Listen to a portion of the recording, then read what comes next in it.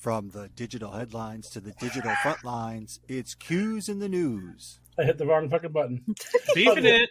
Big beefer. It works. Time. It works, though. Yep. Okay, hitting the music now.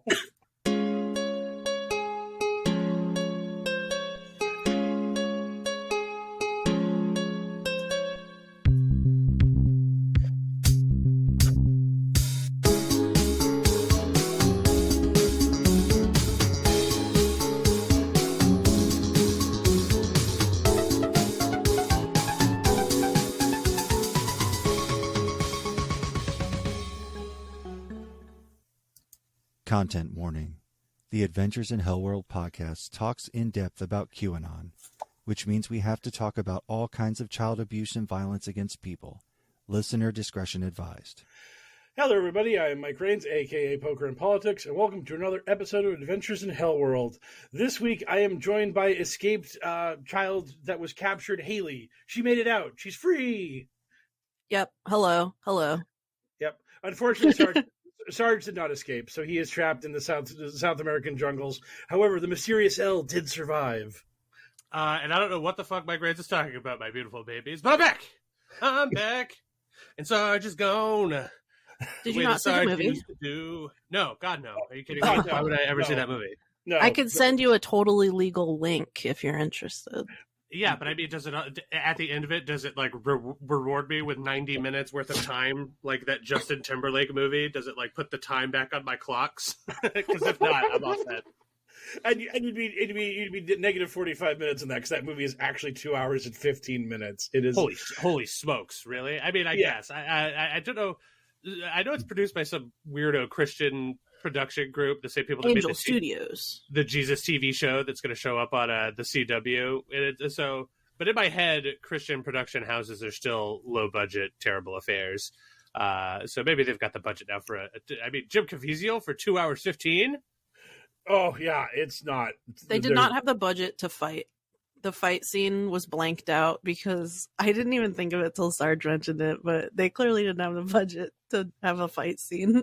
I mean, that's fine. Wherever they were cutting quarters, it does not matter because that movie is going to be crossing the $100 million mark. If it hasn't already, then pretty soon, and trending upwards from there. Because I don't think that's included all of the pay it forward tickets that have allegedly been there's so many, but not necessarily claimed.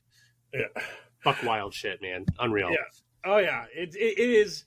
It's going to be very interesting to see if this thing is an actual, like, legitimate money-making success or if it's just a bizarre right-wing money laundering grift scheme where, like, the pay-it-forward stuff and all the studio stuff where they're, like, helping people get tickets, if it's actually something that, like, made them money or were they just trying to push this shit into the culture because they were just so desperate to have.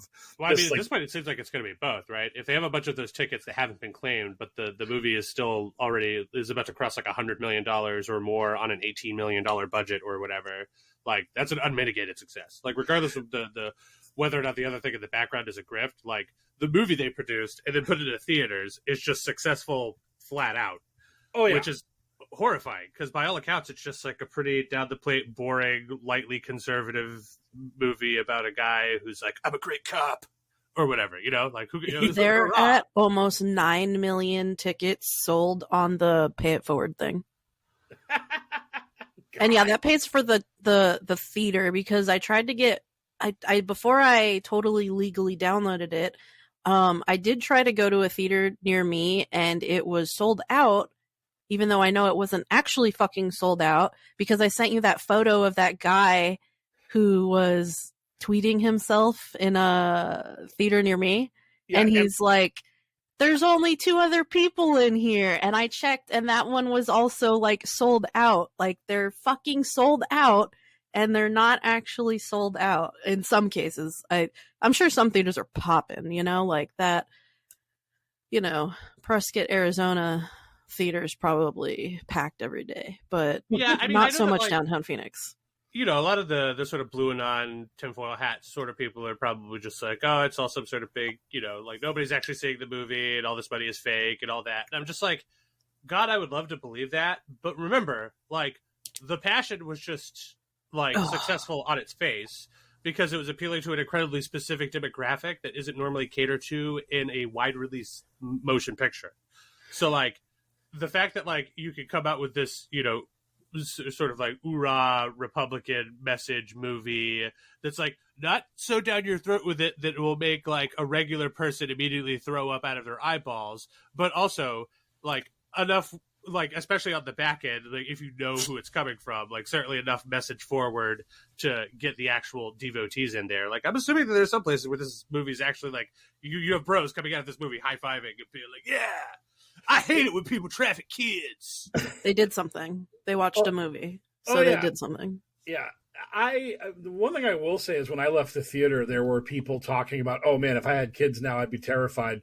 The movie really got across the idea that someone's going to just like swoop up with a van, scoop your kids up and take them away. And that's your lot in life in the world nowadays, is that child abduction by strangers is omnipresent. And I mean, don't get me wrong. It certainly does happen sometimes, which is more than it ever should. And obviously that sucks. But I mean, it's not exactly like all over the place. Like there are just vans circling every neighborhood in every town, like just looking for wayward kids. So, yeah, not a day goes by on my commute that I don't see some sort of abandoned big wheel or, you know, some like broken switch that clattered to the ground after some kid just got snatched up. It's like 7-8 times a week with this shit. Yeah, you're just on the bus in your commute. And you're just looking at the playground. You just see that empty swing just swaying back and forth, and you're just like, God damn it, they did it again. Yeah, it's like that post I sent you where that guy was like, if you hear a kid crying in a supermarket, 9 times out of 10, it's just a kid crying, but 1 time out of 10, that's a kid being trafficked, and you should always check. And then there was like other kind of like red pill types being like, if you fucking come up to me and talk to my kid, I'm gonna shoot you. So this will be fun. This will be a fun little panic that we have for a while. Yeah. I mean, I just love the idea of like just right-wing lunatic on right-wing lunatic violence, because these idiots are a parent is dealing with a distressed child in public, which is just how the parenting works. And then you just have some nut who's like, hey, are these really your parents? And then the guy's like, what the fuck did you just say to my kid? And it just goes way downhill from there. Or like that like Twitter post that went viral that I wouldn't fault anyone for not knowing about because Twitter, but it was getting a lot of traction, and I saw it where it was like a lady who got bamboozled because she saw an abandoned kid stranded on the side of the road, so she got out of her car, and it was some human traffickers using this child as human bait to fish for women to human traffic. And I was like, okay, I mean, I guess that's possible. Like, I'm not saying that that's completely impossible, but what I am saying is that there are plenty of like adult male good Samaritans that might like see a kid wandering on the side of the road, pull over, and just like immediately call 911 from the car before even approaching, and then like going up. Like there's a lot of ways for that to go wrong. Like when you're gonna have some like big muscle dude pull over on his motorcycle, like he's got a gun on his hip because America. He walks up to the kid and he's just like, "Hey, buckaroo, where's your adult? Are you all right?" And then that kid's just gonna be like, "Fuck out of here, chief. I'm fine. Like get out of here. We got a thing going. Like it's good."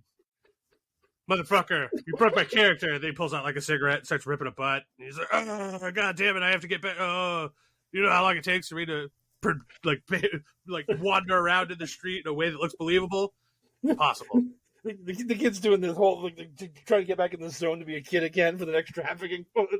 Yeah, and then there's like 2 guys in like a van, like close enough to the action where they could abduct and stuff a person into this vehicle, but not so close to the action that you can see it. Right. And like behind like a bush or whatever. Right. Schrodinger's abduction van. Anyway, yeah. Everybody, like all these conservatives, they really love that they're going after the way to like mythologize the idea of trafficking. Yes. Trafficking is like woke. It's whatever they want it to be that they don't like. Yeah. Yeah. You know, some people moved into my neighborhood, and I didn't mind too much because I'm a pretty forward-thinking guy, but then they started trafficking all that heroin, and I was just like, you know what? I hate all trafficking. Oh, God. Anyway, well, that was supposed to be our first boosh topic, but we actually kind of turned it into our just sort of like pre-Bush fiesta. So let's go ahead and sally forth to our amuse-bouche. It's time for a light sampling of insanity. Get ready for the amuse-bouche. Adding on to the whole fun and frivolity of the nonsense around Sound of Freedom, we've also had right-wing conspiracy theories around these movie theaters where people are like, oh, they broke the air conditioning to make it uncomfortable, or the sound quality at my AMC wasn't great. They were trying to prevent people from hearing. That's just the movie.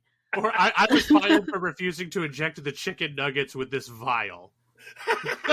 Like it's just like they're just like, yeah, they passed all these vials to employees. It was like, hey, make sure to sprinkle this on the popcorn or you're fired. And I was like, no, I'm an American patriot. I don't know what's in this vial. And then they analyzed the vial for nanobots. I'm pretty sure that was a troll post. But if I mean, it hoodwinked a lot of people. A lot of stupid people thought that was like absolutely the truth. It was so funny. I was like, what are you talking about? Because again, that's like the perfect thing to get to bamboozle people, because it simultaneously paints the opposition as incredibly smart and incredibly stupid. Like, imagine if your plan was just like, we need to sneak these nanobots into the popcorn at movie theaters. How are we going to do that? So it's just like, hey, how about we put it in the butter that we put on the popcorn already? And they're just like, shut up, Steve!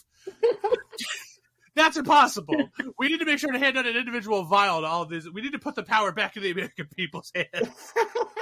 It's exactly like the mules. It's like, how can we rig these votes? I know, by paying people $10 a ballot to put them in ballot boxes. An elaborate network of lies that falls apart as soon as anyone starts talking. Sweet. Yes.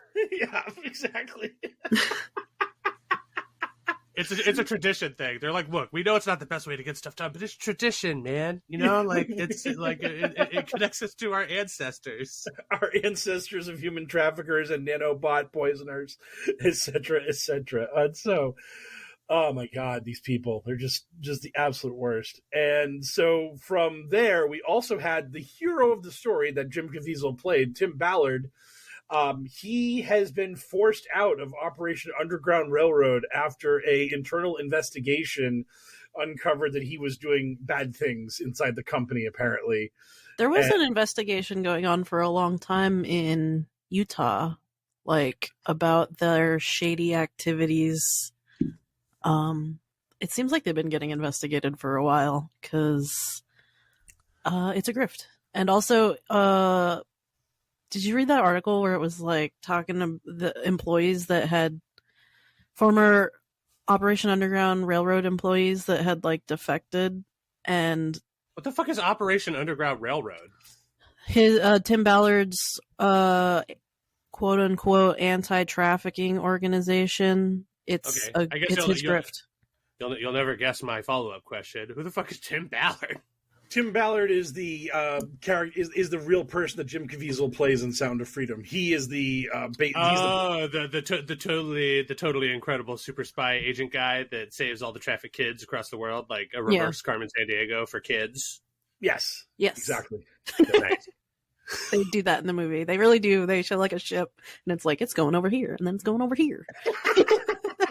Do they do the Indiana Jones like line across a map? They practically do. It's like a real ship. That would have made it a little better. Honestly, to show, like, here's where all the kids go. That also would have made significant portions of the television show Game of Thrones better, because man, towards the end of there, they got real sloppy with their positioning, and everybody was just like Nightcrawler teleporting across the earth to just be like, oh, these two characters need to have a personal talk. Well, they're just together now. Whatever, who cares? It's like, guys, you're making a TV show, not a D&D campaign. You have to do a little like work. Get out of here. Yeah. Just make up a goddamn mage that does teleportation or something. You have magic in your world. It's not that hard.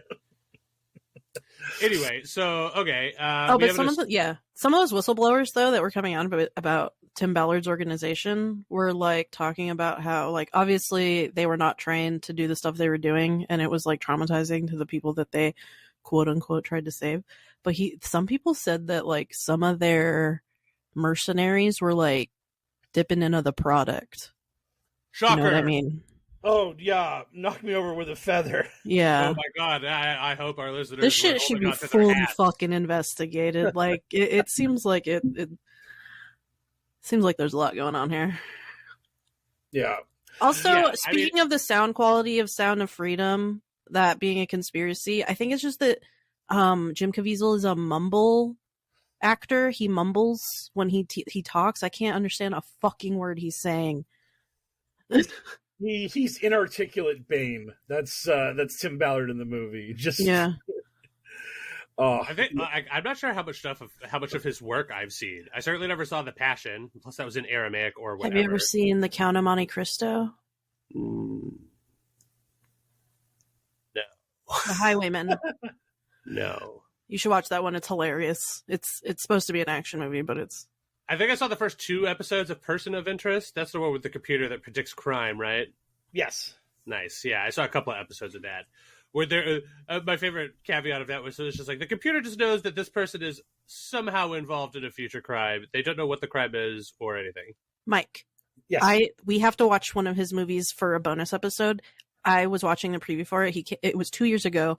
It was called Infidel, and it's like if Sound of Freedom was like anti-Latino racism, the movie, this is anti-Middle Eastern racism, the movie. I was watching the preview for it, and I'm excited to watch that one. We should watch that one. Oh God. Yeah, Haley going on record as being pro-racist movie. That's a good it's just it's funny to watch the. She's like, my Song of the South. We gotta watch it. It's hilarious. You'll never believe how racist it is. It's super racist. You remember back in like like Iraq War era, like people used to put the infidel sticker on their car. Yep. Yeah, I've literally, it's that movie. It's that sticker in movie form. I need to see it. Oh God, Jim Caviezel.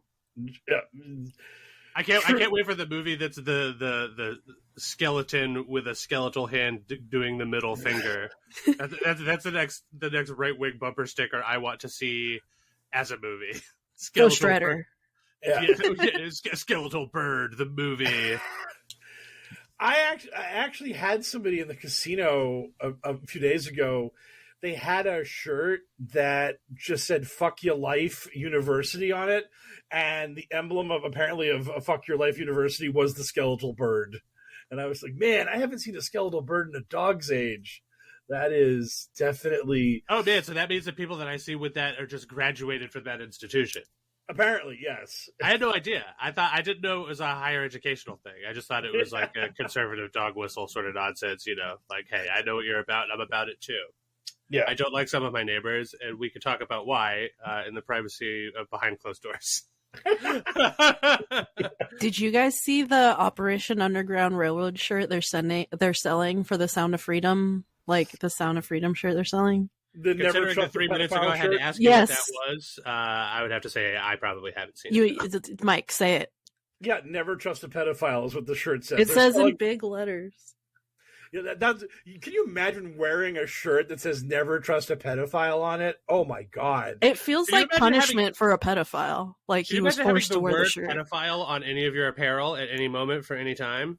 Like, I don't think context is going to matter. I feel like most people seeing you walking down the street are going to lock in on that particular word and either give you a wide berth or suddenly be coming up to give you some Sound of Freedom, if you know what I mean. Well, I have seen someone in the wild wearing a "Kill Your Local Pedophile" shirt. Oh, I see those at every Proud Boy rally. Yeah. They love that.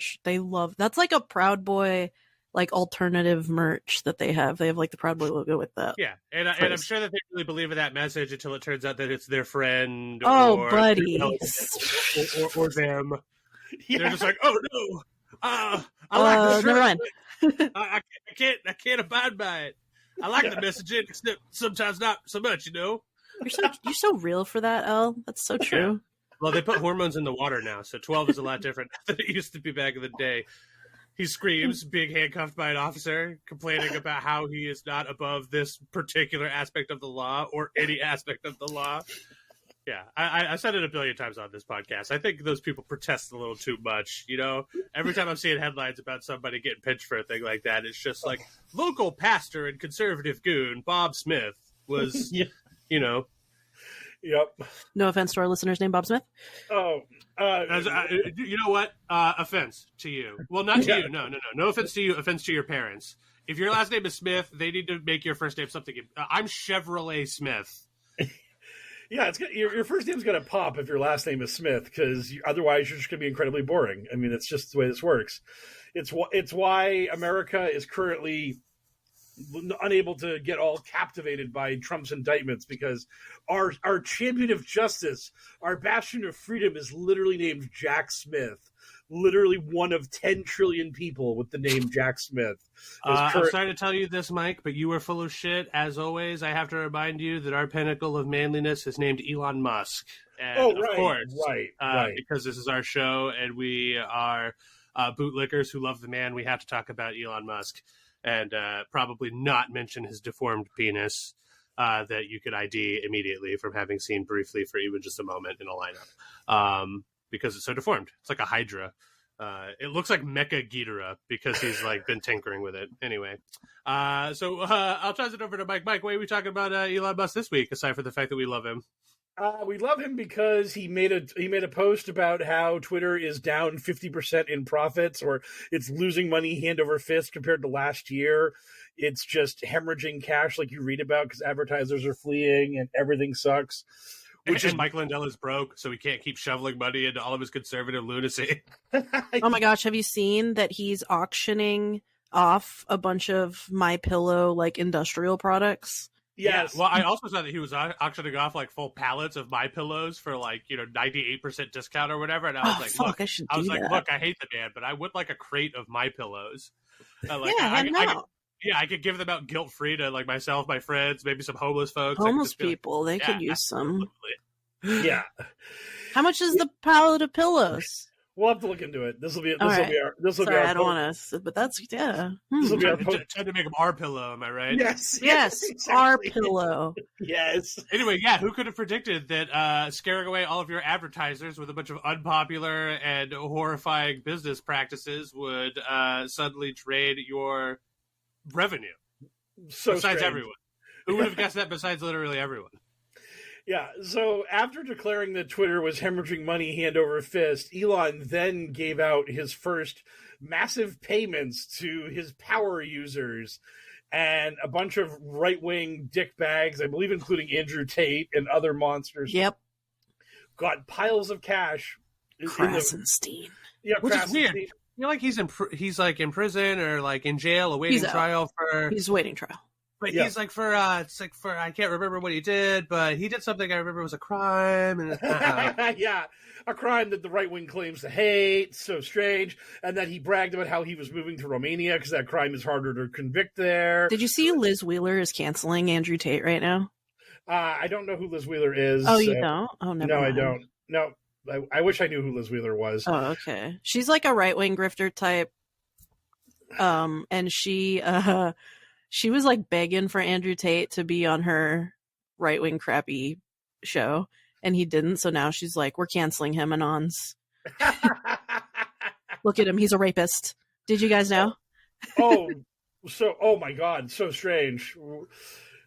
I'm like every other right-wing shitbag that fucking tolerates that guy because he's fighting the Matrix, so these charges are trumped up. I just love that. And he's literally fighting ghosts in his jail cell. Cat Turd did not get a payout. Oh yeah, our boy Cat Turd did not get one of the luscious Elon payouts, and posted a bunch of sad Cat Turd tweets about how he wasn't getting those big bucks from Elon. And what is the purpose of life even if one cannot get paid fat stacks for one's tweets?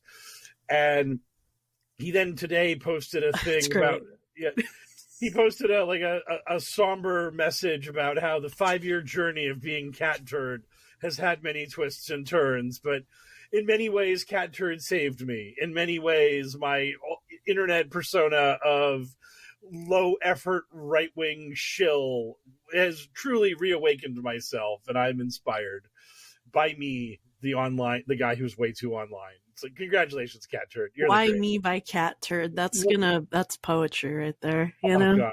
Yeah. The 5-year journey of Cat Turd and how it changed him from being whoever he was before to looking like he's got like a big toe for a head, or some maybe guy.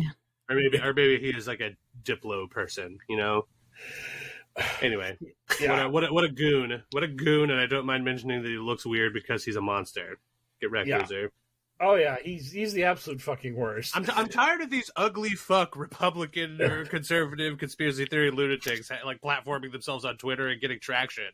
And they'll just be like talking about like alpha male Chad shit, and then a picture of them will start circulating, and everybody will just conveniently ignore that they look like Quasimodo or whatever. It's fucking so dumb. And they're never missing a beat when it comes to being hypocritical.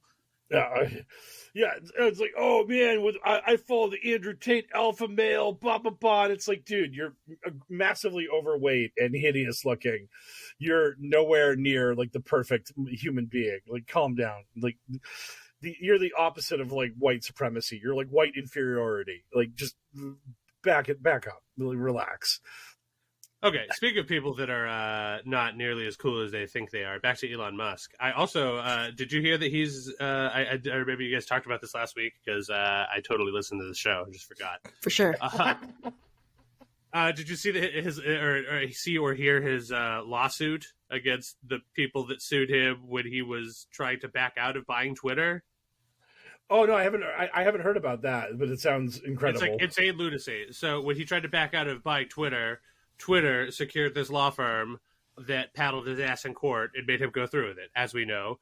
And then Twitter, as an organization, like just before having to turn it over to Elon Musk, paid them out their victory fee or whatever. That was like $90 million. Then Musk took the reins, and now after all this time, he was looking back on it. He's just like, you know what? You guys didn't do enough to deserve that victory fee or whatever, so we're suing you. We're suing you for that $90 million. We're coming after you. We're suing you. And it's just like, this law firm, Twitter secured them because they're specifically like the pros at this sort of litigation. So the fact that Elon Musk is taking a swing at them is like really dumb. Just throwing more money into a fireplace. Like, that's the thing, is that people always talk about this, how dealing with contract law in Delaware is the biggest nightmare in the legal world. So if you're actually going after a law firm that exists only to make sure that contracts from Delaware are enforced, you better, when you come to the king, you best not miss, because those people are fucking serious. So what a good week for our buddy Elon. You love to see it. I'm very happy to hear that he's having such a good time, because we love him. Yes. Because he's great for content, you know? And at some point, if we're ever going to become podcast millionaires, we're going to need content, and we're going to need sponsors, and we're going to need My Pillow. I mean, not My Pillow. We could do it without My Pillow. Our pillow. Yeah, that's right. That's what we need to do. Not just buy one crate of those pillows. We need to buy all the crates of those pillows. And then we'll just rebrand them Our Pillow, and then we'll be the ones who are pillow millionaires. Yeah. We'll be the ones that have our infomercials playing for 4-hour blocks between 3 a.m. and 7 a.m. every morning on the high number cable channels in your TV. That's my favorite time of day. Because he wasn't here for this episode. Only the three of us will be pillionaires. Yes. Okay, enough pie in the sky thinking about having enough money to afford a single property in the United States. Let us go into our last boosh topic for the week, which is RFK, who I kind of only know a little bit about. Certainly don't know why we're talking about it this week. But that's what we have Mike here. Mike, why are we talking about this thing? Okay. Before we get to the special Arizona segment of the boosh, we have a special Arizona boosh. Yes. So RFK Jr. decided to say really bad, awful, dumb things, which is what he usually does. But this week it was extra bad, because he was explaining this week that COVID was a bioweapon that may have been made in a way that it didn't target Jewish people, that Jewish people would not be harmed by the COVID bioweapon as much as other races would be harmed by it. This is a centuries old slander against Jewish people, that they are somehow disease-bearing monsters that are immune to their own diseases while they infect societies around them with said diseases. It's just the Jews did COVID. Yes, the Jews did the COVID, because why wouldn't they? They're the source of all the evil in the world. And my favorite thing about anti-Semitism is where's the beef? Like, why? Well, Okay. he's probably got a lot of stuff rolling in that brain about Jewish people. So. Oh, like I'm sure that like they've all got their stupid reasons or whatever. But I mean, it's just like, I don't know, man. Like, it just seems there's just so many of them, and they're so diverse, and you can just look around you and see that they're just as like a diverse lot as everybody. Like, saying that they control everything, or they control banks, or that they do this or they do that. It's just so insane. Because especially, like, they look very typically like the people who hate them, which is the most surprising part. Like, in a lineup, you really wouldn't be able to tell. Bigotry is a little easier to, like, justify in terms of, like, the logic process of somebody being stupid about a thing if they're looking at something wildly different from them. I don't know. Anti-Semitism is just so stupid. All this bigotry is really stupid, but that was especially just like, it's like, look, I know you've never done anything to me, and you look pretty much identical to me, but I hate you for no reason. Have either of you guys seen an RFK for president sticker in the wild yet? No, I have not. I'm looking forward to that rally because it's like, does anybody actually want him to be the president? That looking like Steve Bannon? I think that's about it. I think he just wants him to win or like disrupt the vote, not actually win. Oh, Steve Bannon actually looks like he just stepped out of a Waffle House and into a wind tunnel, and I don't like it. For those that don't know, this is an AstroTurfed like campaign. By the way. This we're just vamping until Mike is done looking at his phone. Yeah, I'm just providing more information. No, RFK is a fake candidate that was literally told to run by Steve Bannon, and it's very bizarre that Bannon, because Bannon really thinks himself to be this like super genius mastermind of political strategy and 7D chess and chaos theory and all this stuff. You can figure out his plan. You're like just watching his show. It's like, oh, the RFK is the candidate because he's always on his show. That wasn't very subtle, right? But what makes it so bizarre is it's just, why did he think RFK would have any appeal to Democrats after he talked for 5 minutes? Because his only appeal is the last name Kennedy. It's just, this guy has the last name Kennedy, therefore you as a Democrat would know that he is a good person. Well, I mean, he's also an Adonis. Oh, yeah, yes. Yeah. Like, especially relative to his age. Those people love just being like, look how fit he is relative to his age, of course. Yeah, so shredded, but not as shredded as me in my prime, of course. Look at these pictures of these guns. Not as shredded as edited Trump. Oh, yeah. Well, the doctor was surprised. The doctor, when they were checking him out before he became president, was surprised to find that we also assumed he was overweight, but he just really had one huge abdominal muscle. It's just one incredible muscle that just gave him like superhuman levels of strength and power. That's why he appears to be slow and lumbering. He's like a Frankenstein. If he ever gets within range of you, then like, boy, howdy, kablamo. Oh, you're dead. You're so dead. You have no idea. Oh, God. Just, yeah, the whole concept of this bizarre anti-vaxxer, pro-Putin, just basically everything that Kennedy stands for is anathema in the Democratic Party. Like, so there were these polls that were done both on candidates and issues, and literally the only two things that were more popular than Joe Biden for Democratic primary voters were vaccines and Ukraine. So you bringing somebody into the fold who's like, I think vaccines are bullshit and Putin should win.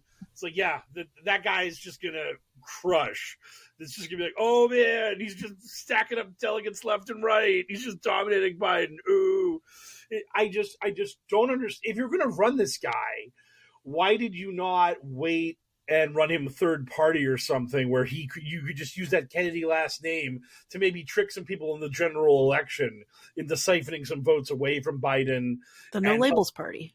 Yeah, no labels. But I get, but no labels as in Bannon's dumb grift. I would have thought that Bannon would be smarter than trying to run some weird nut in the Democratic primary where he's going to get no traction at all. What do you think? Okay, so what do you guys think is the numbers he's pulling?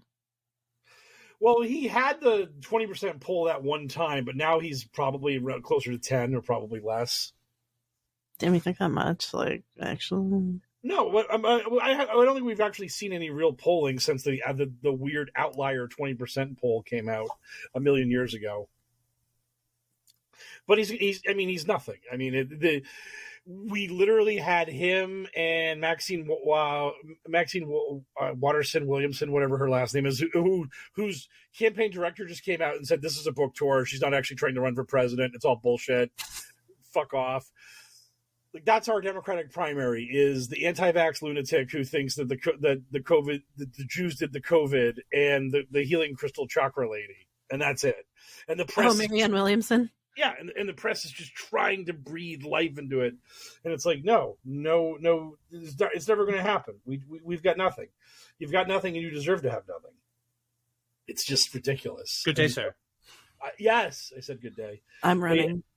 You would have more traction, and you could probably replace Kristen Sinema, because she's getting out fundraised by the actual Democrat in the Arizona primary right now. Oh yeah, he's blown smoke out of the water. Gallego? Yes, Gallego. I love all these people who are just like, yeah, you know what? Now's my time. I'm going to run for president of the United States, and it's just like, who are you, and what are you what are you talking about? Bashwami. I mean, even people that like whose names we know, like Joe Manchin, like people are talking about maybe him making a run for it, you know, maybe him giving it the old college try, and it's just like, your average American. Joe who? What? Yes. Who's that? What? I've been seeing these ads because Massachusetts has that bleed from New Hampshire, so we get these like New Hampshire-based ads in Massachusetts. I've been seeing ads for this guy named Doug Burnham for president, and the guy just, oh my lord, he just looks so creepy and weird. I'm like, who told this guy? Apparently he was a governor somewhere, because that's what it says on his, it's just like, Doug Burnham, balanced budgets, Doug Burnham for president. And I'm just like, my God, I don't know who you are, and you look like some sort of AI nightmare fuel atrocity. Just, oh my God, I just can't imagine. But some idiot got in this guy's ear and was like, hey, throw a couple $1 million into a fireplace. Maybe you could be president. It's like, no, you can't.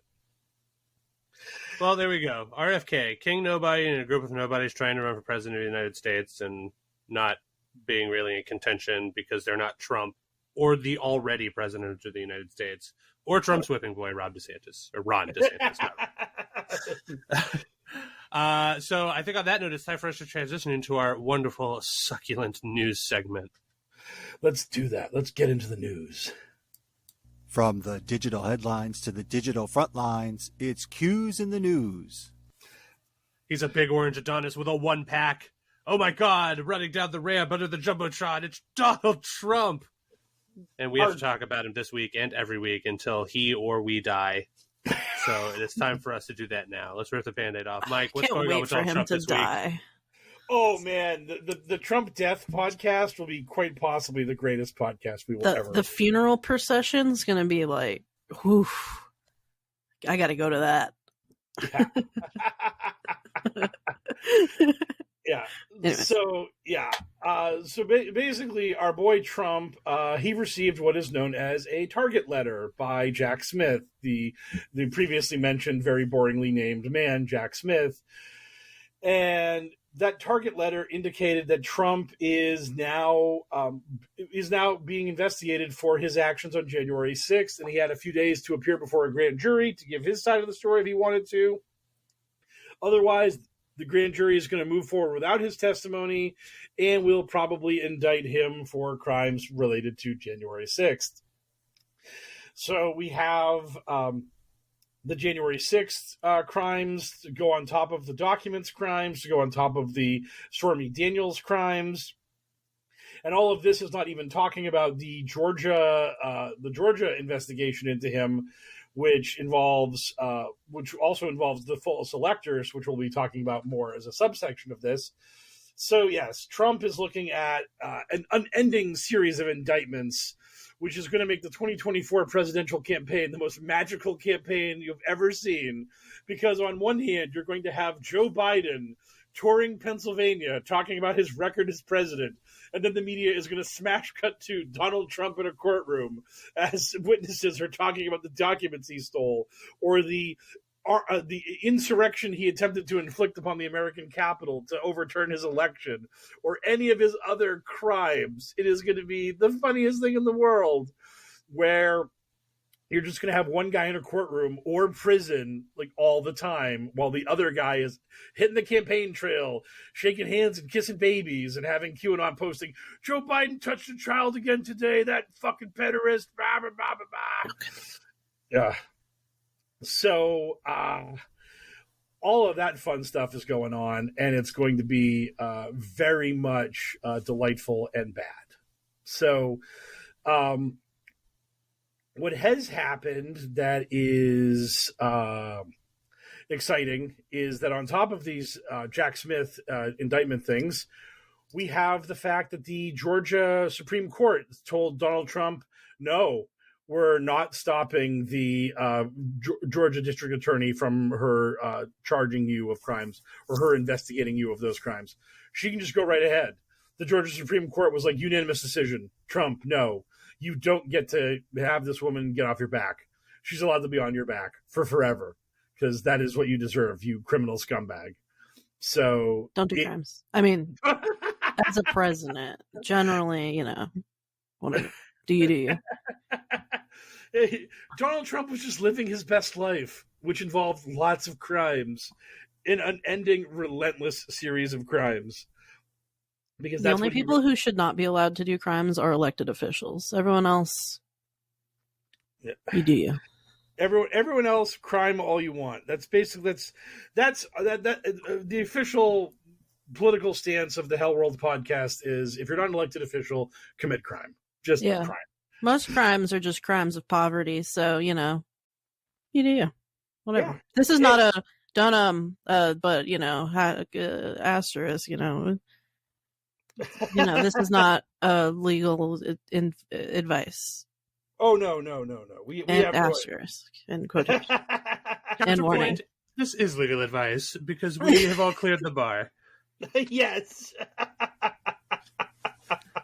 we're the real legal eagles. Yeah. That's me. Yes. Look at that guy is blowing up now. Good for him.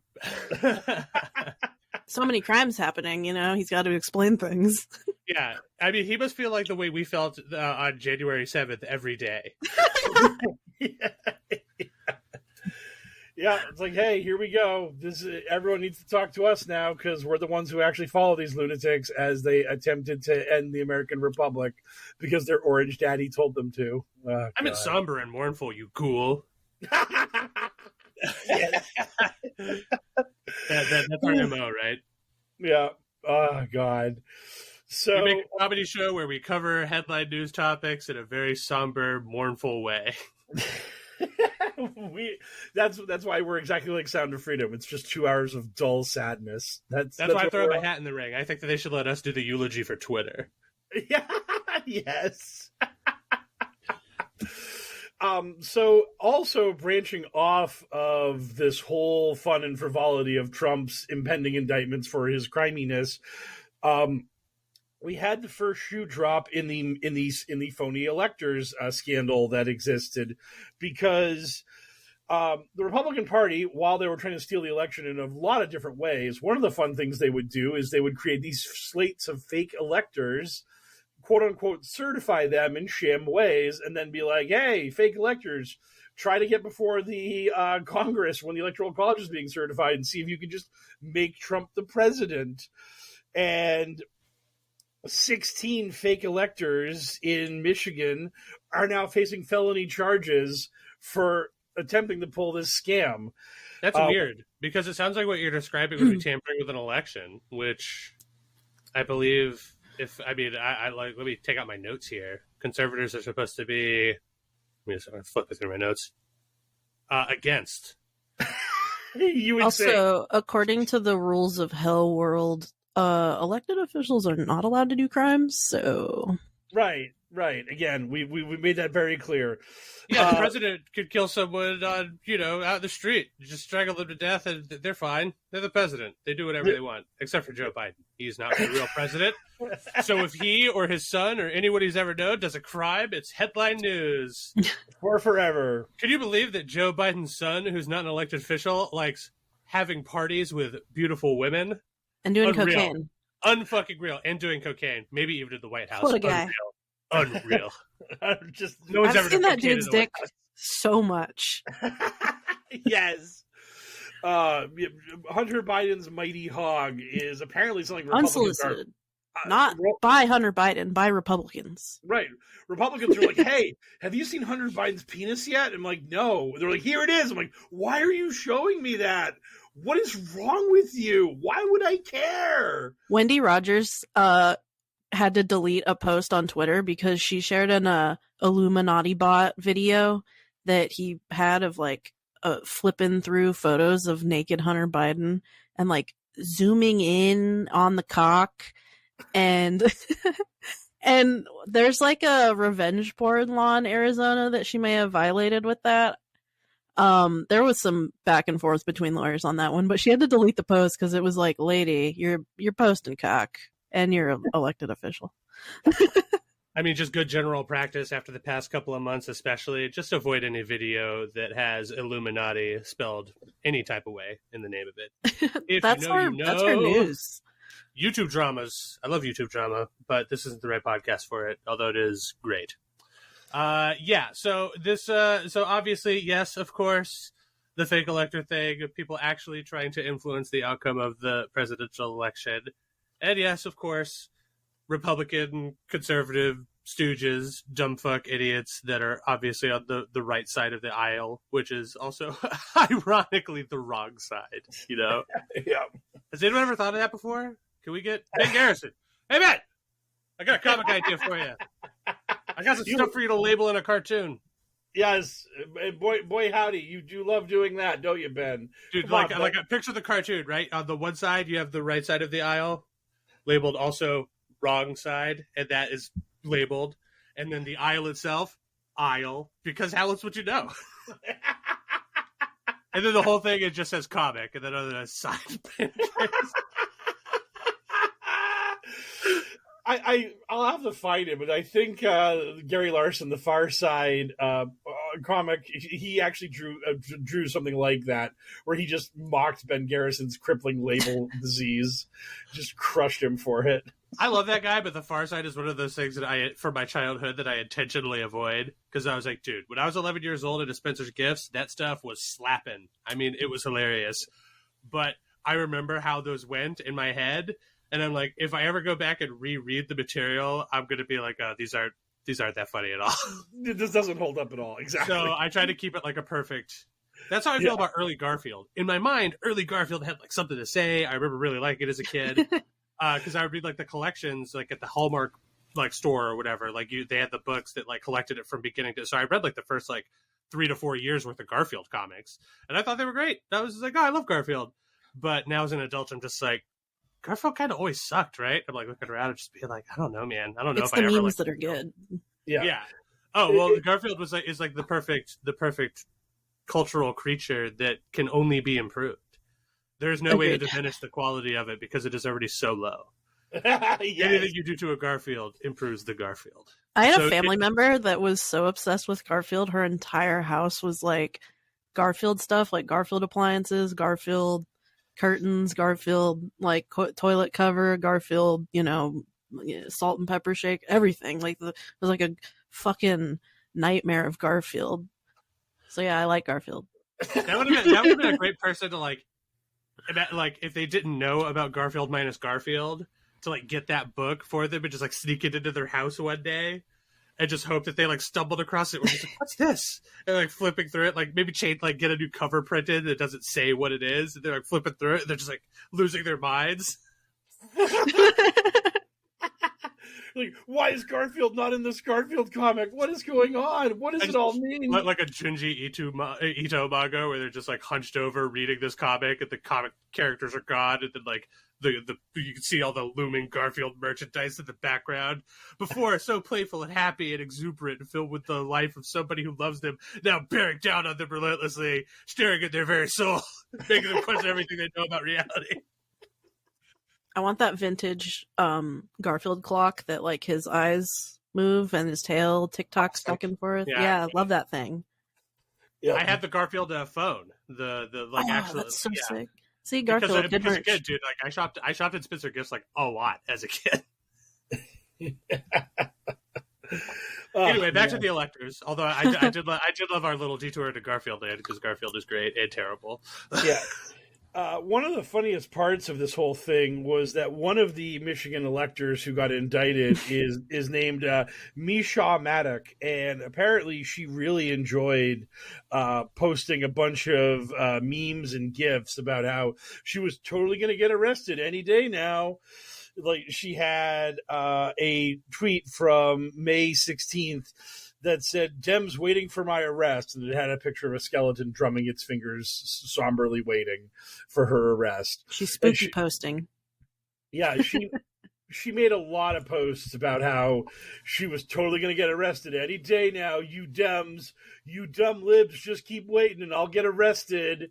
And now, of course, all of those threads are now being filled with people aggressively dunking on her because guess what? You did get arrested.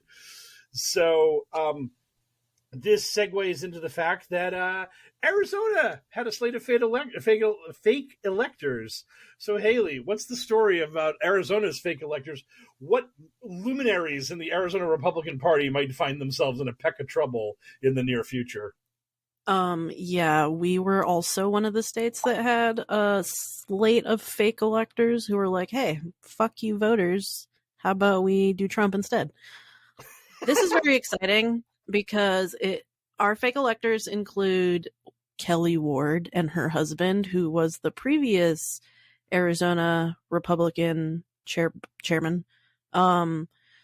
She has permanently fucked off to the beach and like international waters.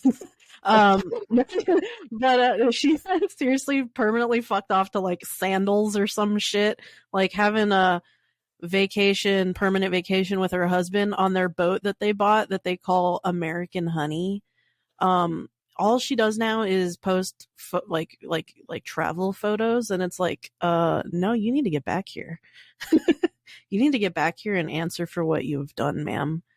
So she and her husband were some of the fake electors. Jim Layman, he's like this super rich piece of shit who ran here for Senate. And he's also like a fucking billionaire or something. He's super rich. Yeah, see ya. Fuck you too. I'm personally very excited also for Anthony Kern, who he stormed the Capitol. And he was a representative here, and then he was like not, and then he got reelected this last midterm as a state senator. But yeah, he totally stormed the Capitol, and he sucks ass. He is just a piece of shit. He's always bringing Turning Point USA people to board meetings to complain about LGBT students. And also he's just an asshole. Also, he was a Brady listed cop, so he's a dirty ex-cop, so fuck him. Also on the list is Tyler Boyer, who is the second in command at Turning Point USA.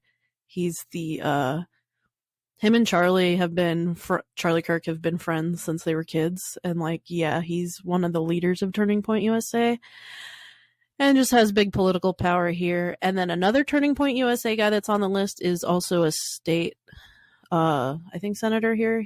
He's a legislator here. Jake Hoffman. He sucks. He's not on social media because he ran a teenage Turning Point troll farm, and he got banned basically on Facebook and Twitter and everything. So he's delegated to the realm of Telegram, but he still sucks. He's always introducing these let's ban books, let's ban LGBT people type bills. So those are all the people that are facing. I mean, there's more. There's a pretty big list, but that's some of the highlights. I'm looking forward to them possibly also getting charged because our attorney general is a Democrat. That was one of the seats that flipped.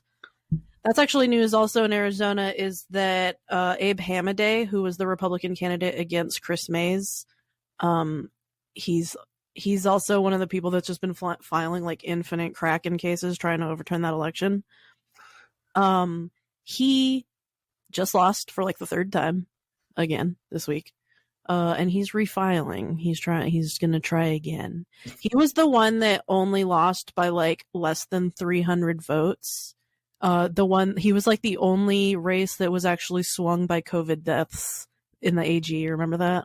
Yes, I remember reading that article about how the number of Republicans killed by COVID may have tipped an election, and it was only his. So yeah. So they've been like really trying to, they've been doing a lot of court cases with him too, because it's like it's the AG that's going to file these charges. So it's like they really wish they got that election. They probably wish they encouraged vaccines or masking a little bit more, because that was a pretty fucking close race for 2.5 million voters. Also, Carrie Lake was just as unrelated. There's a few Arizona things that I think are funny that I think you would enjoy. Carrie Lake was sanctioned.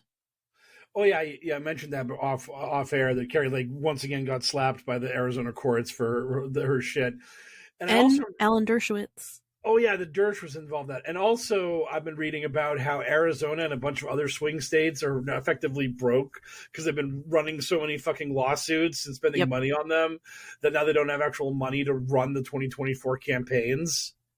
Yeah, it'll be funny. Yeah. They won't be able to hire, anybody to help with their campaign, so we're going to get really shitty graphics. We're going to get really shitty everything. It'll be great. Just like Hollywood for the next 3 years. Yes. Oh, yeah. Oh, God. I mean, not that I'm saying I blame those people. I support No, strike, but I agree. Yeah, that's the worst content. I remember back at the last, writer strike, there was some pretty bad shit coming out at that time. Even before we support you. Joined the strike, strikers. I was just like, hey, get ready for a lot of shitty TikTok quote-unquote talent to suddenly get, a TV show. Because it's coming, baby. You're about to see, remember Ninja? No? Well, guess what? He's got a new TV show all of a sudden, so... Oh yeah, all that kind of stuff's going to be happening for sure, because that's how this obviously works. I mean, maybe people will start trying to make esports a thing again. It's just like, that's hilarious. That's not going to happen. Oh, hey, I'm all in favor of watching Street Fighter 6 tournaments on my TV. I'm okay with that. Yeah, so. But I mean, it's growing, over steadily over time in small numbers, for a while there, these big companies were losing their mind. They were just like, we'll just throw cash at it and make it popular overnight, really popular. And it's just like, no, you're not. It's still video games, man. What are you talking about? Anyway. Yes. I do think it's funny that right-wingers are obviously oh, I hope you guys strike forever.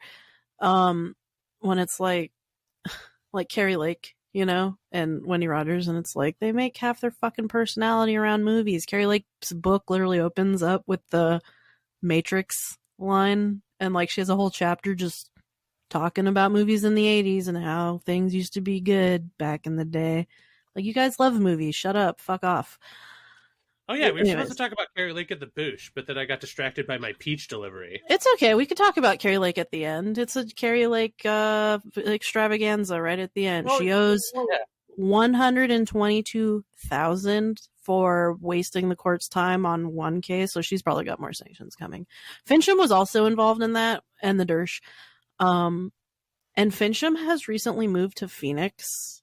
Mark Fincham, the cowboy QAnon Secretary of State candidate. Yeah, the guy that had fucking Honey Badger as his online persona. Yeah, he's had that for a long time. Yeah. He has a jacket that literally says Honey Badger on the back. But anyway. Speaking of cowboy and QAnon, what the fuck happened to Rod? We haven't talked about Rod in what feels like 100 millennia. Is he dead? He said he's going to go back to posting. Oh, did you see that? No, probably. Yeah. Oh, I mean, the thing is that Ron was always kind of just the quiet, worker bee of the two between him and Jim, the nut job who wanted to be the flamboyant owner of the Chans.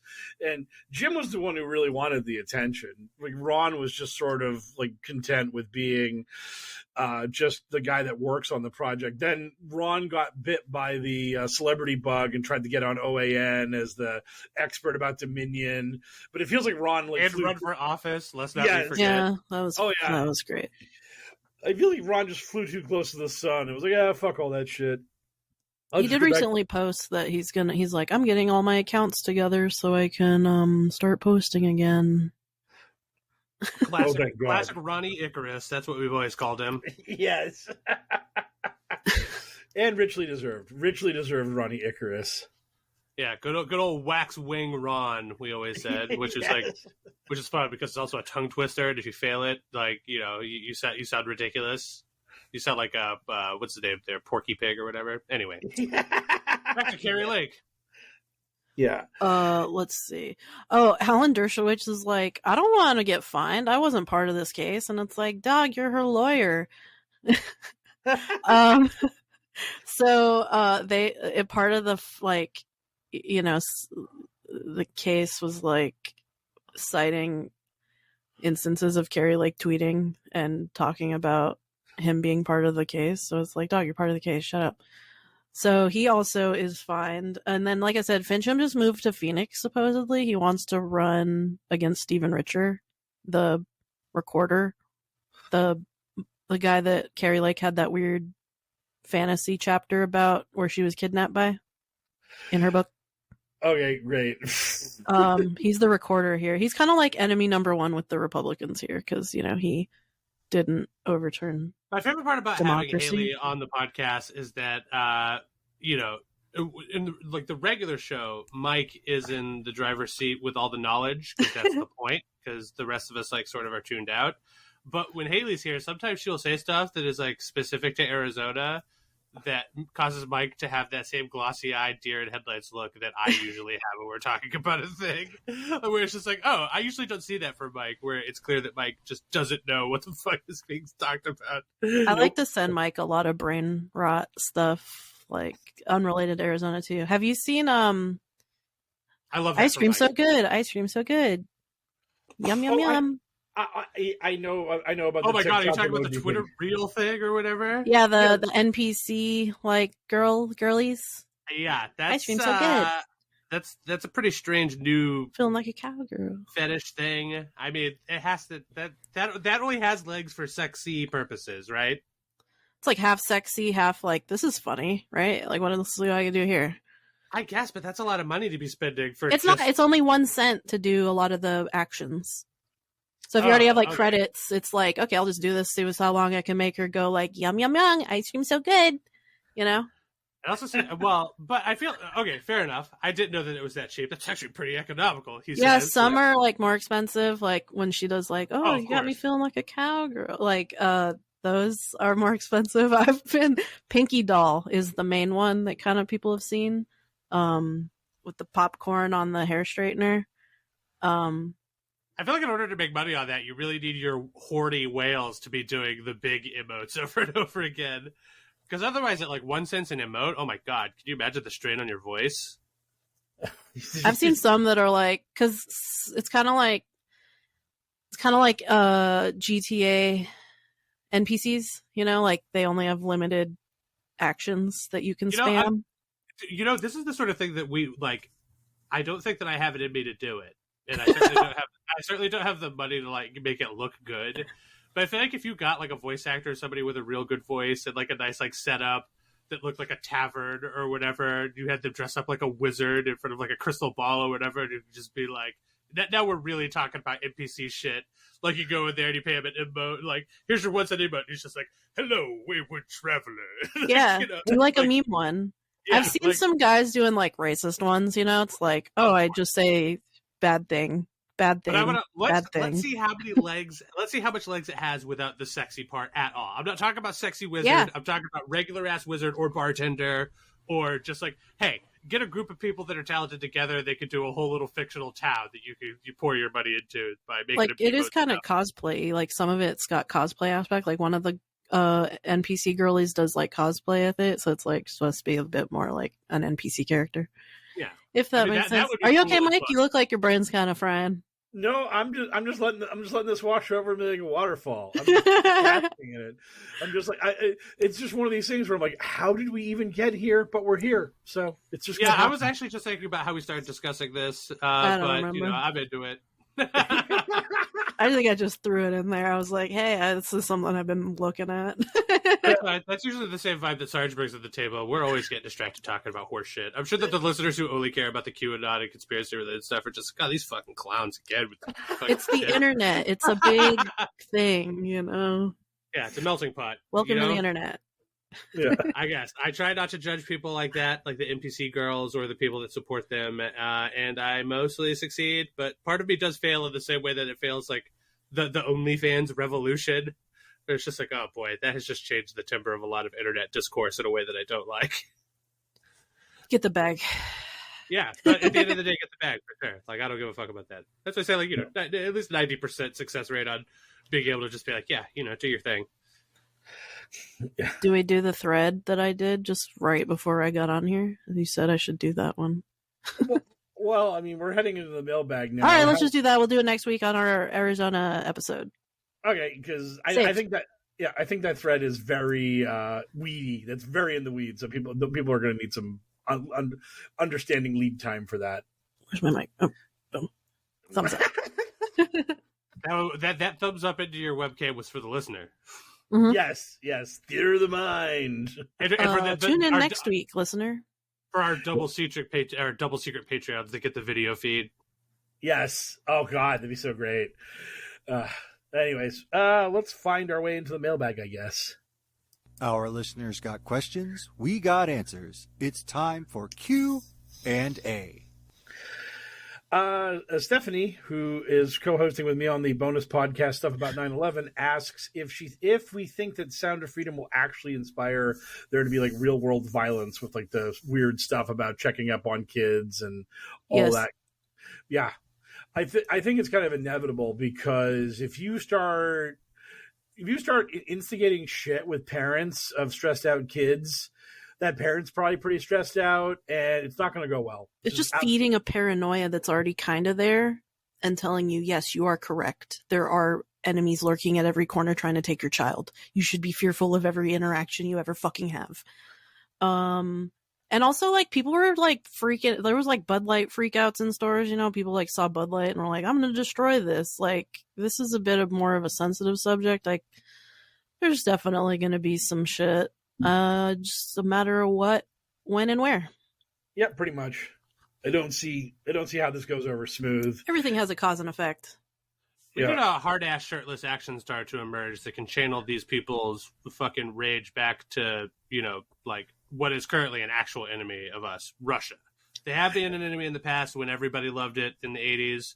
They're an enemy now, and for some reason all these people that are too concerned to dealing with this horse shit, or not dealing with this horse shit, because at the end of the day, none of them are actually going to do anything to stop human trafficking, including just donating money. Is it ever going to happen? Absolutely not. No, you're supposed to buy a ticket. Yeah, they'll donate money to have other people watch this movie, I guess, in the hopes that they too will donate tickets to see the movie, and at some point up the chain until somebody does something.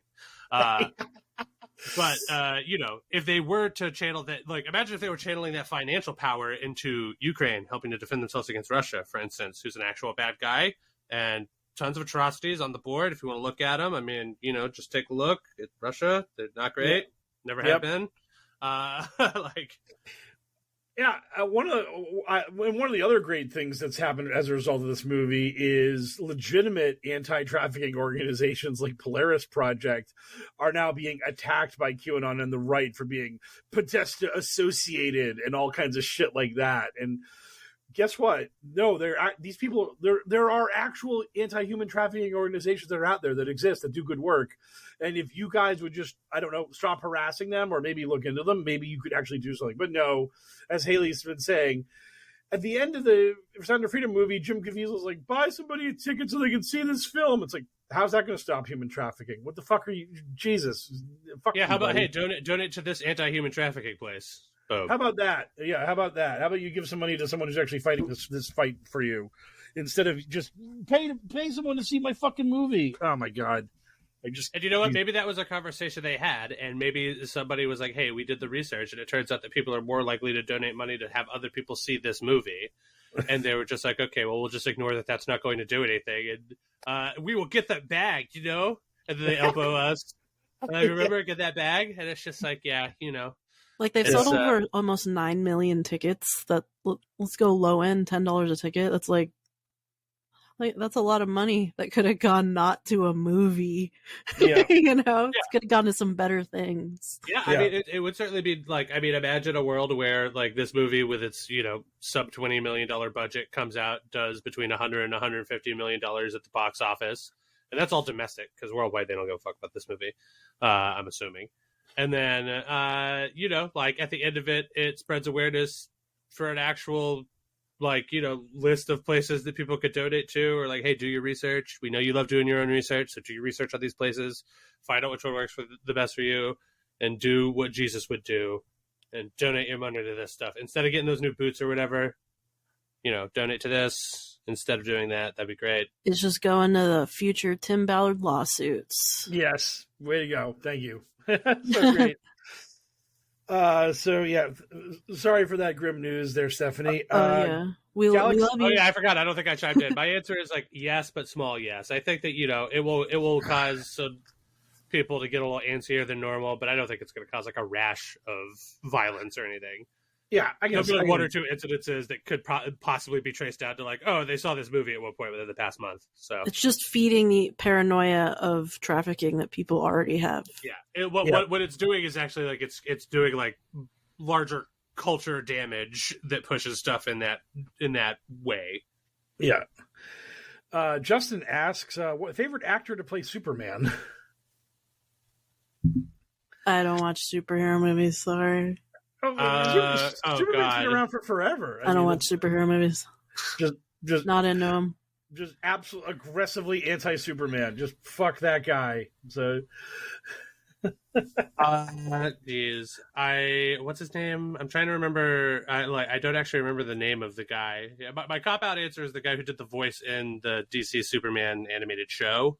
Oh yeah. But if we're talking live action, then I mean Chris Reeve's not close. Yeah, he's one of the only guys who like got. You know, I feel like casting a guy who was fit but not buff was important to sell the fact that he could believably act like a Clark Kent and that no one would ever question his deal. Because if you get somebody like Henry Cavill, who's like a shredded Adonis, like literally one, like somebody who's, some folks might be like, that is that's what the pinnacle of male form should look like. That's pretty close. Right. But, you know, no matter what suit or whatever you're putting him in, at some point he's going to stretch back too far at the Daily Planet and someone's going to notice that he's just shaped like God himself, and they're going to start asking all these weird questions, or like heaven forbid they ever see him, like, you know, not slouched over like Quasimodo or whatever other shit he would have to do to hide it at all. So right. I think like and like physicality aside, physical looks aside, like his physicality was great. He clearly played a different Clark Kent to Superman. And then you know, I just feel like he had like a wholesome charm to him that's been missing from a lot of iterations of the character. Yeah, I want to see a world. I wanted to live in the dimension where Henry Cavill had a good Superman movie to be in, because he certainly looked like the Superman. So the other stuff I'd be willing to forgive if the movies he was in were good, which they were not. Yes, I was gonna say Christopher Reeves is head and shoulders the best, and that's the problem is that it's just so weird that people just haven't been able to figure out how to make a Superman movie that isn't dog shit. I mean, you have tons of source material, you have lots of ways to play the character, and no one in modern times has gotten in the ballpark of quote unquote not bad, which is very interesting. I wonder how much of it is studio interference and how much of it is people not like, because Superman has a cheesy wholesomeness to him, and you can't sand off that part of Superman and still have it be Superman, you know? It's like, but I feel like studio involvement might just be like, hey, audiences don't really like to see like a cheesy cornball, like truly like lawful good, like character. They just sort of think it's boring or whatever. And I don't know. I mean, at the end of the day, it's up to the studio and the writers and the directors to figure out that problem. Because, you know, Like, they're the ones choosing to bring Superman to the big screen. But Superman has and always will be like a cheesy ding dong. All the comic books where they make him like some sort of self-serious asshole, like, they just fall flat. Everybody likes it better when it's like all like, All-Star Superman or whatever, where he's, taking time out of his busy day to talk a girl out of committing suicide because he's like, that's pretty great. Like, I'm Superman. Hey, what's going on? I'll hear you out. Yeah. Yeah. I'm here to talk. I'm here to feel your pain. I'm a sensitive, caring Superman. I'm a good guy. Yeah. And I absolutely wouldn't be shocked if James Gunn does a scene similar to that in his forthcoming movie. Because like it's a great way to humanize the character of Superman. Yeah.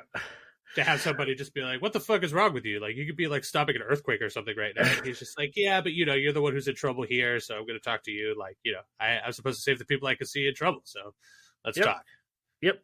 Let's hash this out. Let's see why are you in a bad place right now? And what can I do? What can I do to fix that? Yeah. But why do something like that when you can have him break a guy's neck at the end of the movie?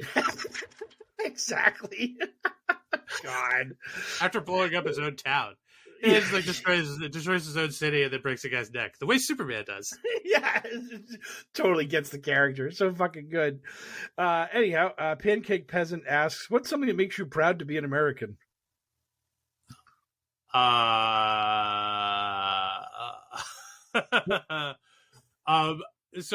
Weirdly, anime.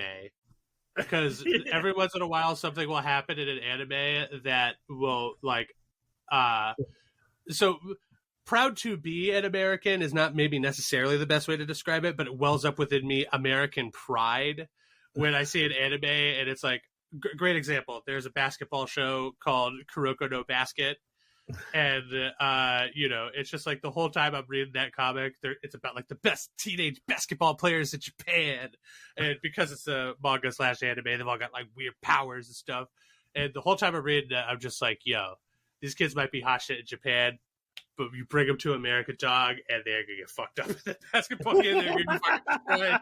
They're just gonna get they would get destroyed by like reading that manga makes me want to. It's like, damn, dude, like, what do the kids in America look like? They must be insane. So I would say that weirdly, manga / anime makes me proudest to be an American. I would say that just in like my sort of kumbaya pro-America thing would be mostly just the fact that we have just multiculturalism in this country, and that people from other nations can quote unquote become Americans. And I think that's something that's like very unique to our country, where in general, if you emigrate to some place, you're still that guy from that country who now lives here. Whereas after you've been in America for a few years, it's like, hey, that person is an American. So I just think that is like kind of a different thing that America has going for it, where other nations not so much. So I just enjoy that. And I just kind of, every now and then I'll be at the casino and I'll just like see just like this wide swath of humanity of people. I'm just like, oh, look, we're America bringing all these cultures together to get angry at the craps table. Just freedom, democracy, all that good stuff. So I pass the floor over to Haley. Yeah, I'm not like a nationalist. I'm not like, oh, I'm proud to be an American. But yeah, basically what Mike said, I guess mostly, I'm just not a borders person. So like, yeah, anyone who wants to come here should come here, and it's that's pretty dope if you want to be an American, I guess. I don't know, I'm not really like super into like patriotism. Let me think. Oh, if you hated this question, get ready for the next one. You're really gonna hate that. I do like, just what you said. It's just like, I don't think it needs to be like an American. You just have to think about petty shit. Like, bro, I got another one. You know what makes you proud to be an American? Anime. Best pizza. Best pizza. Best pizza in the the world. True? I don't know. Best pizza in the world. Come at me, Italy. Best pie on the planet, the United States of America. I'd put it up against anybody in the world. America has a lot of natural beauty that, like the Grand Canyon and I don't know, other fucking natural beauty. But it's a lot of like big parking lots with like gas stations everywhere and like Walmarts everywhere, which is, whatever. Number one threat to the planet, baby. I guess convenience is... Okay, I like that about America. I guess I do like a little bit of convenience. I'm a little bit lazy.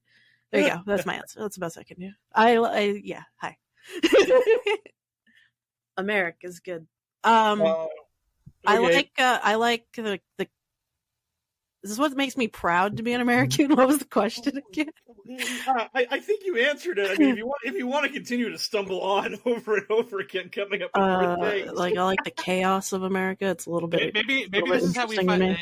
Maybe this is how we have like a patriotic awakening inside of Haley. What a way to end the podcast. I'm not.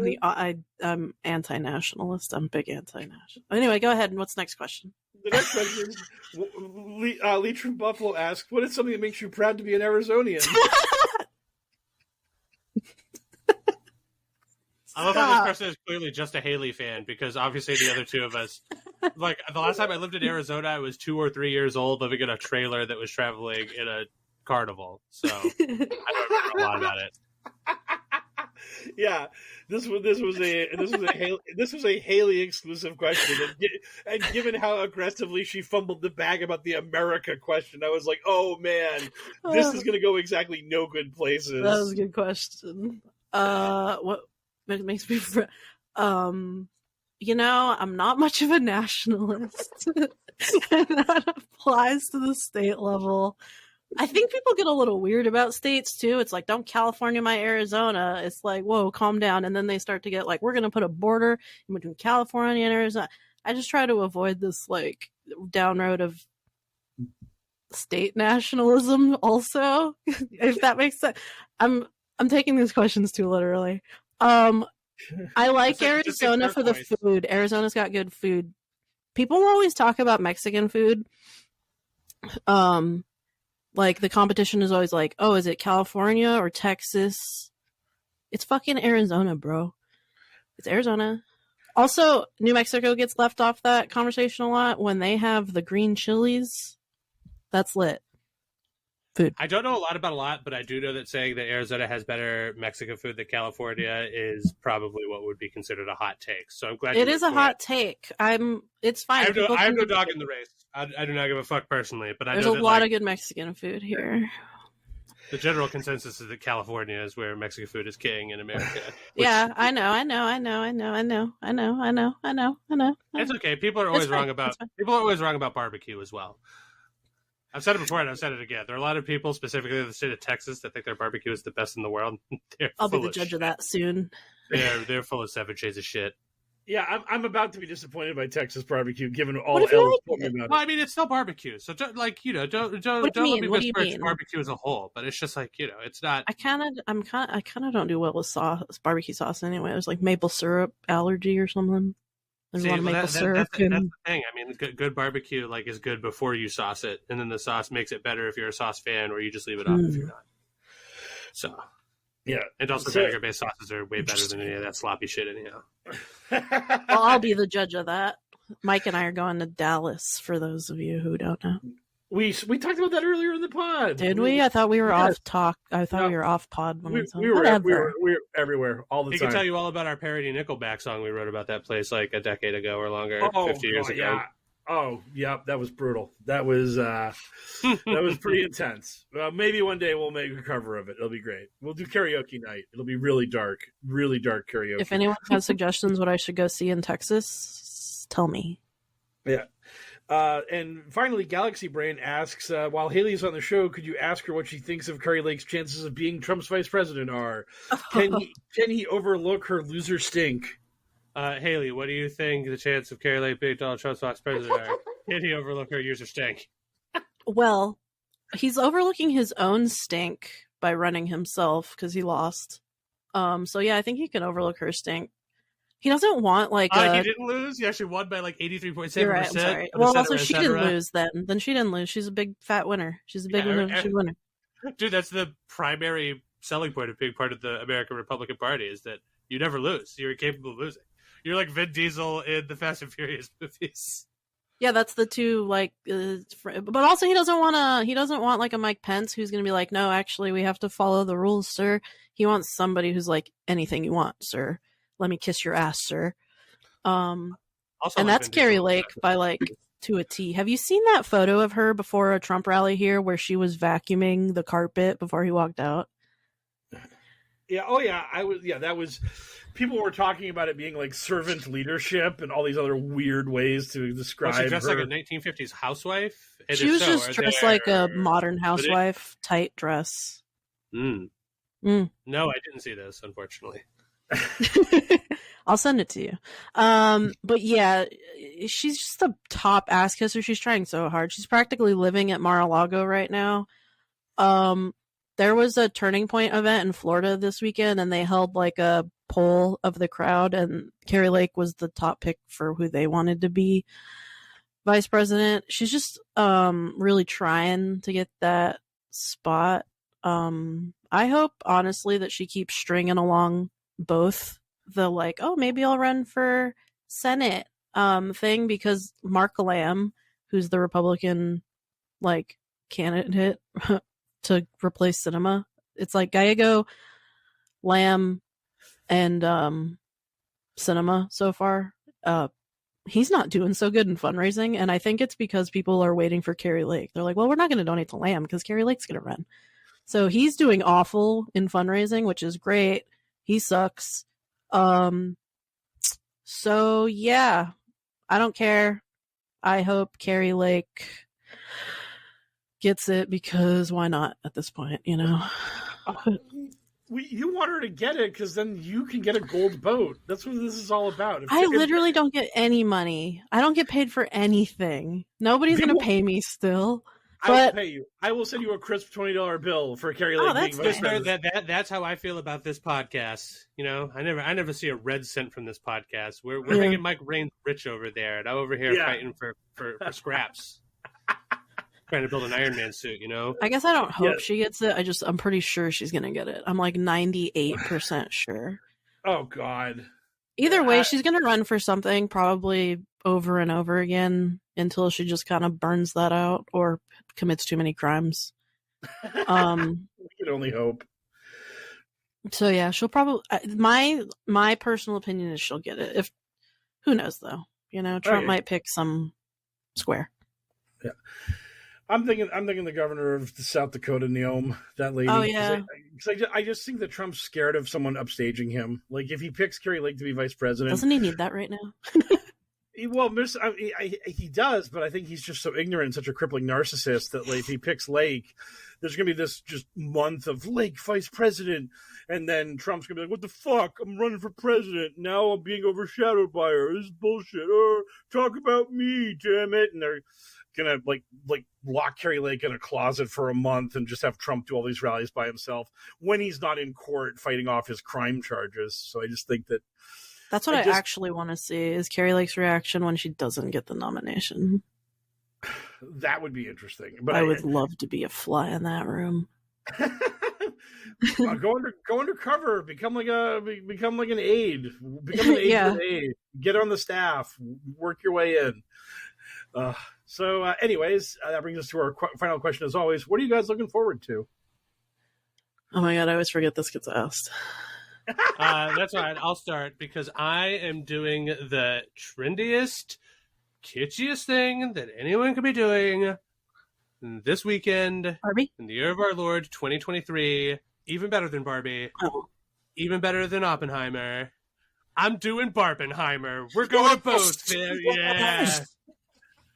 We're not doing it the same night, but I am going to see Oppenheimer in the full IMAX experience at our local full-size IMAX theater. You got the big 600-pound film roll at yours? Yes. Yeah, like actual film IMAX theater. And then the following night, we are going to see Barbie. So that will be a fun weekend of nonsense. I'm so not really a movie person, too, and I'm looking forward to both of these. So it's like rare movie weekend.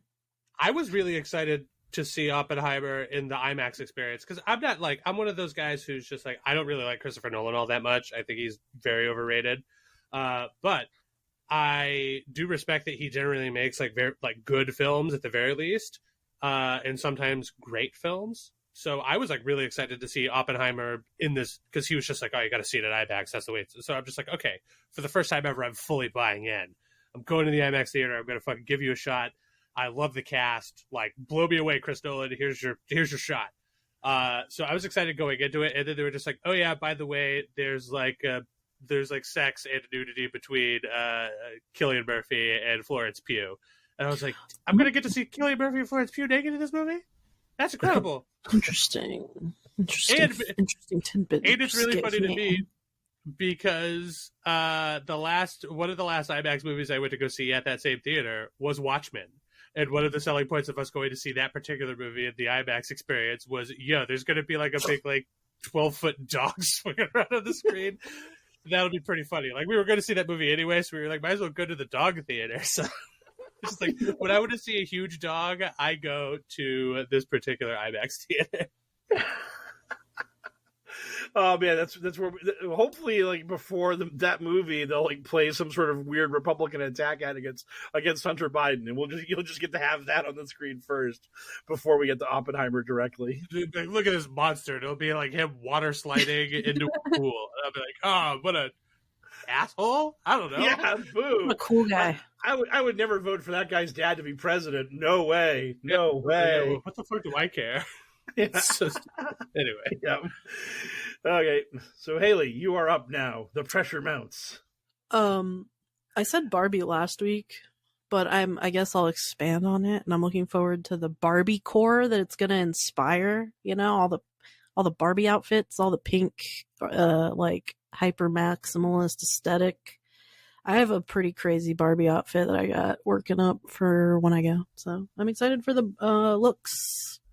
I feel bad that it might not have the impression that it would in a different year, because now, unfortunately, both Barbie and Oppenheimer are in the unenviable position of being expected to just be like, all right, they're the last two. Like, this is going to go down as a historically bad summer for cinema in terms of like the ticket sales. Like, everyone's movie is bombing, so it's just like the last great hope of cinema for 2023 is Oppenheimer and Barbie. And it's just like, I don't know if it's fair to expect them to like just because Indiana Jones did bad, you're expecting it's just like, well, Barbie's got to pick up the slack. It's time for Barbie to make that extra $300 million. It's like, Barbie's not $1 billion movie. Are you out of your fucking mind? I'm gonna watch it 1 billion times. So you're wrong. I'm really excited for it. I always say, like, I have been since they announced the initial casting, but like, I'm just saying, like, it's not Avengers Endgame. Like, it's not Avatar 3. It's Barbie. Right. This is not something that exists as a movie vehicle to just sell 1 million tickets. This is not something you expect from Barbie. Barbie is a cultural touchstone on a different wavelength than just massive summer blockbuster hit. It's just really strange that's just like girl media. Yeah. It's the same thing. Dolls, action figures. It's gonna do great. Barbie core. Hey, I mean, the trailer makes it look pretty much like the Lego Movie. In fact, exactly like the Lego Movie. And the Lego Movie is great. So I'm expecting big things from Barbie. I love the cast. For me, it's a weird moment where the movie is expected to help save Hollywood, but I am looking at it specifically to be like, is Simu Liu a movie star? Like, he's fine. He was fine in Shang-Chi, and he was fine, like, in his television quote unquote role on Kim's Convenience or whatever. But I'm just like, does he have the amount of riz necessary to be like, boom, a movie star? I think this will help me suss that out, because I'm on the fence about it, honestly. What are you looking forward to, Mike? The fact that I found out that there's actually a second episode of Justified City Primeval that came out at the same time as the pilot episode came out. I watched the first episode and I was like, okay, that was solid. I'm happy that Justified is back on my television. And then I found out, wait, I can have another episode delivered to me immediately.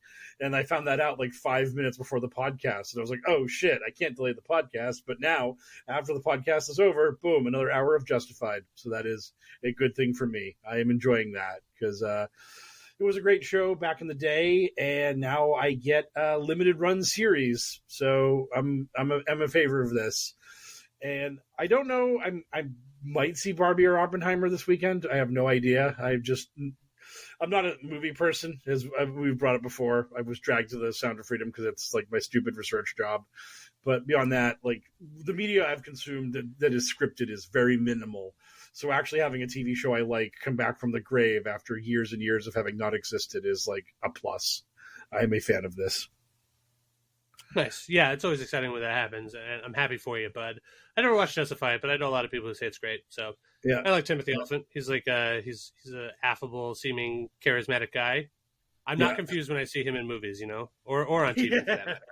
It's Timothy Olyphant, of course. Yeah, and we were also in the middle of apparently a Babylon 5 renaissance because J. Michael Straczynski made a post recently where he was like, there was one executive at the company, I think we're Warner Brothers, he was like one executive who just hated Babylon 5, would not allow it to be in the, would just block anything. And apparently that guy just retired. So now apparently like all this stuff is like potentially going to happen with that series. So just keep bringing stuff back from the grave, folks. Make my day. That'd be great. Also very exciting for Mike. I couldn't believe you to care about Babylon 5, even as a child. My father tried so hard.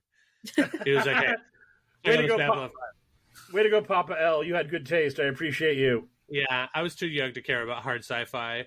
Like I wasn't young enough to get into it just because it was any type of sci-fi, and like I did with Star Trek, which I also wouldn't have cared about if I got jumped into it in like 1996. So I was kind of in the weird anti-Goldilocks spot where I was right in the middle, where it was just like there was no way I was caring about that show at the time. I was like, get this out of here if it's not like a ninja with a ray gun or whatever, because I'm 10.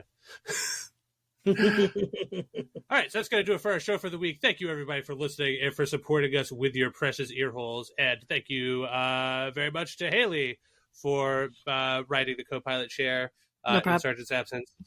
We will point out where you can find Haley on the social media later on in the outro. Just Arizona Riot Watch. Just look around. Yeah, listen to her. She can't even be bothered. She's like, you know what? It doesn't bother if you. It doesn't matter. Just don't even look for me at all. What are we?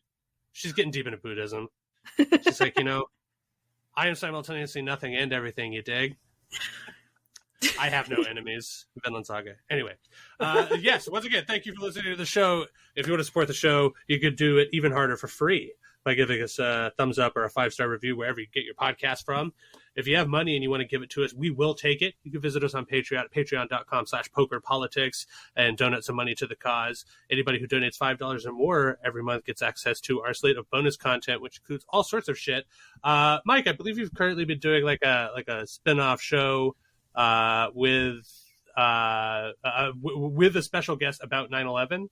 Yeah, me and Stephanie, aka Existential Dreads, we're doing a show where we review Loose Change. We cover the 9/11 conspiracy theories, and hopefully that's enjoyable and you guys can listen to it. Beautiful. Well, there you go. The latest, freshest bonus content for our beautiful babies at $5 or more per month. This week, we have some new folks entering the crib, so thank you very much. Oh, boy, this is Michaelo. Michaelo. My impulse is to say Michaelo. But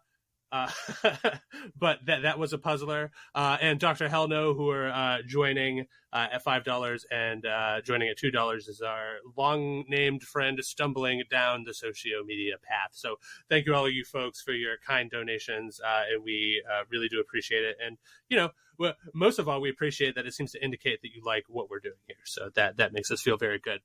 If you have money and you don't want to give it to a couple of dickheads and occasionally their friend Haley, you can do some good with it by donating it to love146.org, an organization whose vision is the end of child trafficking and exploitation. See, Mr. Caviezel, it's pretty fucking easy. We managed to do it at the end of all of our episodes, and we have, no reach. So what's your fucking excuse? Thanks, as always, to DJ Minimal Effort for the use of our intro song. No social media for DJ Minimal Effort, one evolved guy.